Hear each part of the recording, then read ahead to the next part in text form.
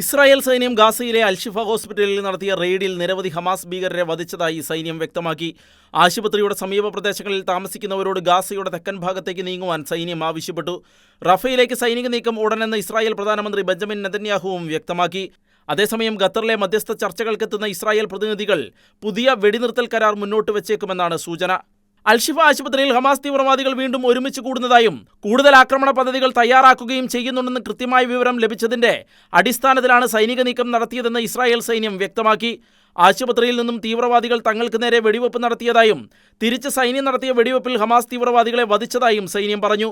ആശുപത്രിയിലെ രോഗികളെയും മറ്റും സംബന്ധിച്ച കൃത്യമായ വിവരം തങ്ങളുടെ പക്കലുണ്ടായിരുന്നതായും ആശുപത്രിയിലുള്ള ആളുകളുമായി സംസാരിക്കുന്നതിനായി അറബി സംസാരിക്കുന്നവർ തങ്ങളോടൊപ്പം ഉണ്ടായിരുന്നതായും അത്യാവശ്യ ഘട്ടങ്ങളിൽ രോഗികൾക്ക് സഹായം നൽകുന്നതിനായി വിദഗ്ധ മെഡിക്കൽ സംഘത്തെയും ഒപ്പം കൊണ്ടുപോയിരുന്നതായും ഇസ്രായേൽ സൈനിക വക്താവ് ഡാനിയൽ ഹഗാറി വ്യക്തമാക്കി.